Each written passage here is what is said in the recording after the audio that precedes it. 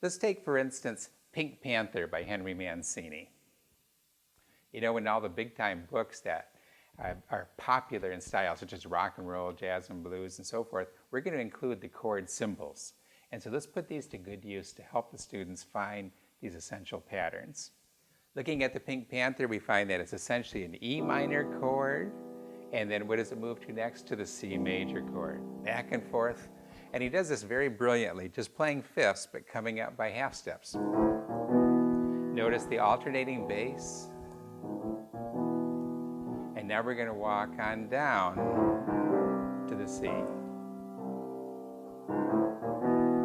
But we can give it a little more pizzazz by giving an accent. In other words, let's make it a little jazzy there. On that offbeat, giving that extra punch.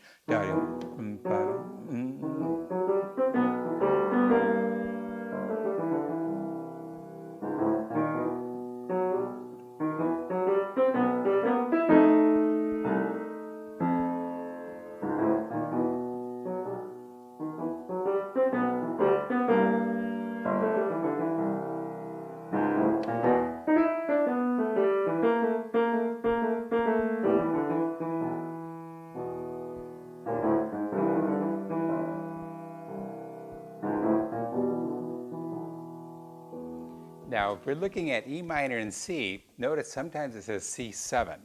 So this is the chance to make this a little more spicy with that seventh. We've got an F7 in there also. But staying with our C7, for the improv section, let's make it really spicy by not only adding a skip up for the seventh, but let's skip up again for the ninth. And a good way to play this as a pianist, since we can't really take such a big handful of notes, is to think of this C9 chord, and its upper structure here is really G minor, isn't it? So if I put C in the left hand and I invert my G minor chord, I get very simple and easy to use voicings of a C9 chord. We could do this on some other chords also. What if we took our E minor, go up to E minor 7, add another skip, and here we are with B minor over E. Interesting sounds, isn't it?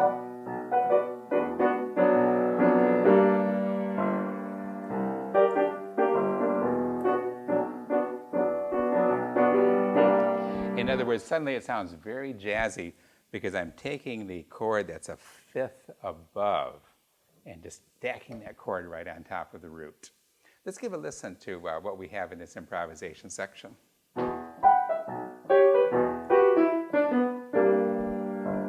There's our G minor over C. And a little punch here with another inversion.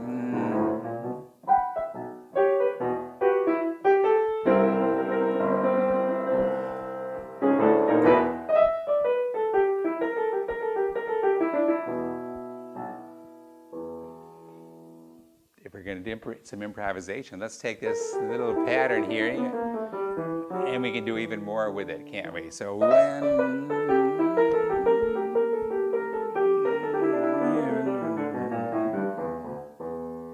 take it on down, and our ending ends with this E, but notice the last chord.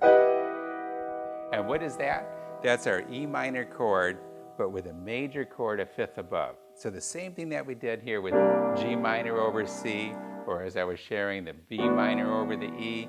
Here it's the E minor chord, but a fifth above, a major this time, to give that very haunting extended chord to wrap up the piece.